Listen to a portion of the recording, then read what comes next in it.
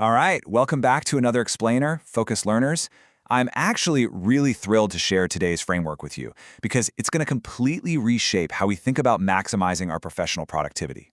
We're looking at the foundational research behind the architecture of cognitive depth. And look, if you've ever felt like you're working constantly but somehow achieving very little, this is absolutely going to be a game changer for you. We're going to dive into exactly how to escape that cycle of endless exhaustion and, actually start building career-defining value. Okay, let's dive right into this. Are you actually productive? Or are you just busy? It's a question that kind of hits hard, doesn't it? Because we live in a world of entirely fractured attention. I want you to think about a typical workday for a second. You sit down, you're highly motivated to write that major strategic report, right? 5 minutes in, ping, your messaging app goes off. You answer it. Then, you check your inbox. Someone needs a quick approval on a document. You do that, and before you know it, an hour has completely vanished. You navigate back to your report, but your train of thought is just gone. Actually, scratch that. You probably repeat this cycle for 8 solid hours. You finish the day feeling utterly exhausted, completely drained. And yet, when you look back at what you actually accomplished, you can't point to a single meaningful milestone. I really want to validate that modern feeling of exhaustion right off the bat, because it is so incredibly real.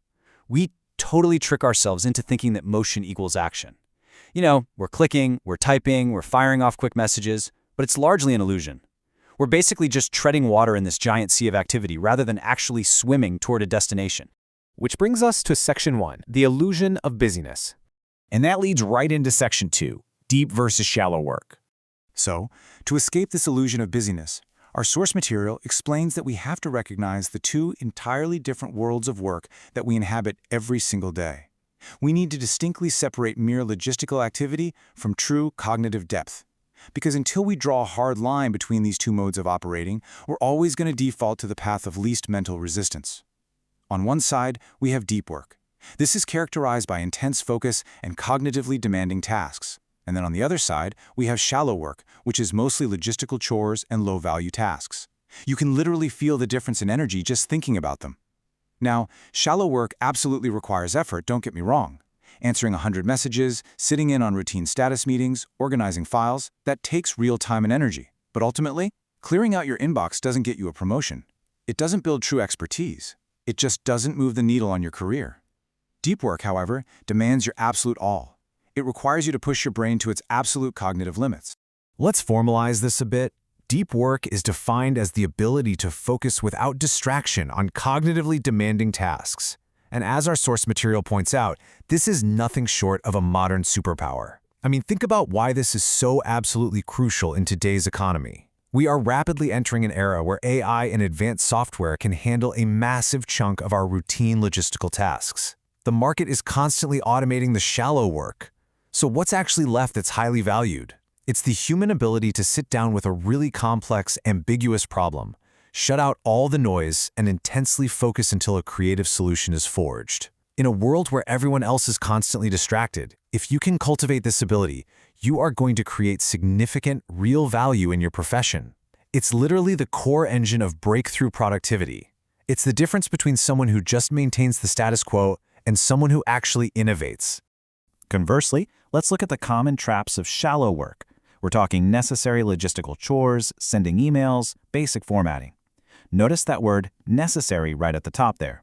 We aren't saying you can just magically ignore your inbox forever, or skip all your meetings, or refuse to format that weekly report. These are entirely necessary parts of our jobs. We have to recognize them for exactly what they are. They keep the lights on, sure, but they do not build the house. What's deeply fascinating, and honestly a bit insidious, is the psychological comfort of shallow work. When we're feeling overwhelmed or faced with a truly difficult cognitive challenge, shallow work gives us a really safe place to hide. Replying to a quick email gives us this tiny little hit of accomplishment. It makes us feel like we're working without requiring the heavy lifting of true focus. Recognizing this comfortable little trap is the absolute first major step in redefining your productivity. So the crucial point is here in Section 3, the real attention bottleneck. We've clearly defined the types of work, but what's actually stopping us from consistently doing the deep work? Well, it's that attention, not time, is the true bottleneck to success. This is a massive myth bust from our source material. We are constantly complaining that we don't have enough time. We buy these fancy time management planners, we meticulously optimize our calendars down to the minute, color-coding the whole shebang. But time spent is kind of an outdated metric. The reality is, it's our fractured attention that truly limits our professional success. Think about it. You could have 4 completely clear hours on your calendar. It could look beautiful, entirely uninterrupted, but if your attention is shattered every 3 minutes by a notification, or a quick question from a colleague, or even just an ingrained habit to refresh a news feed, that 4-hour block is totally useless for cognitive depth. Research actually shows it can take up to 20 minutes to regain your previous level of intense focus after just one minor interruption. So it's your attention capacity, not the clock on the wall, that determines your output. And that brings us to this. Focus must be developed like a physical muscle. I absolutely love this metaphor from the source because it perfectly frames the solution. You can't just decide one morning to run a marathon without having trained for months. And similarly, you can't just decide to sit down and do 4 hours of deep, undistracted work if your brain is currently wired to expect a constant stream of dopamine hits from shallow distractions. You have to actively and deliberately train your focus. Let's talk about what that actually feels like. When you finally sit down, turn off your notifications, and look at a blank page to do deep work, you are going to feel a profound, visceral discomfort. Within the first 10 to 15 minutes, you'll feel this intense, nagging, almost physical twitch to check your phone or open a new browser tab. That feeling right there? That is the resistance. Just like lifting heavy weights at the gym, pushing past that specific moment of cognitive discomfort without giving in to distraction is exactly how you build the muscle. Which brings us to practical application in Section 4, the work grade system. So how do we take all this fascinating theory and actually apply it? Like, how do we implement this paradigm shift in our daily, overwhelming routines when the demands just won't stop coming? Well, to implement this, you really just need a piece of paper. Step 1. List out every single major responsibility you have for the coming week. Step 2. Be ruthlessly honest with yourself and label each one as either deep or shallow. By getting these tasks out of your head and onto paper, you strip away the emotion, the panic, and that generalized anxiety of a massive workload. You force yourself to look at your professional responsibilities purely objectively, treating them as data points rather than overwhelming stressors. And this brilliantly illustrates exactly what we're talking about. By creating a weekly work grade, you are visually separating real value from mere logistics. Now, the absolute magic of doing this exercise is the realization it brings. You might look at your own categorized list tomorrow and have a massive aha moment. You might realize, wow, 90% of my entire week is scheduled for shallow work. That realization alone is worth its weight in gold. Because you can't fix what you haven't measured. Once you see it laid bare, it becomes incredibly liberating. It gives you objective permission to start batching those shallow tasks together. It gives you the hard evidence you need to tell your manager, hey, if I'm spending 20 hours a week on basic formatting and answering routine threads, I literally cannot deliver that high-level strategy you want. It empowers you to consciously demote the shallow logistics-heavy tasks and fiercely protect those time blocks designated for deep work. I want you to take a moment and really absorb this core principle from the source material. Deep work produces rare and valuable output. Shallow work just keeps you busy. Let that breathe for a second. This is the ultimate, massive key takeaway here. Our goal in our professional lives shouldn't be to clear our inboxes the fastest. That's a completely unwinnable game, right? There will always be another email. If you play that game, you're essentially trading your potential for the cheap, fleeting dopamine of a quick reply.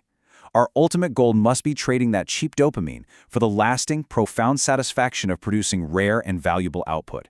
Because that is what secures your career, builds untouchable expertise, and brings true professional fulfillment that you can actually be proud of at the end of the year. So what will you focus your attention on tomorrow? As we wrap up this explainer, I want to leave you with this lingering, provocative thought. You have an active, daily choice to make every single morning when you sit down at your desk and open your laptop. Will you let your precious, limited attention be hijacked by the shallow world of constant, low-value logistics? Or will you deliberately flex that focus muscle, push through the incredibly uncomfortable initial resistance, and carve out the time for the deep work that truly matters? The architecture of your cognitive depth is entirely in your hands. Thank you so much for joining me for this explainer, Focused Learners. Keep building that muscle, and I'll catch you next time.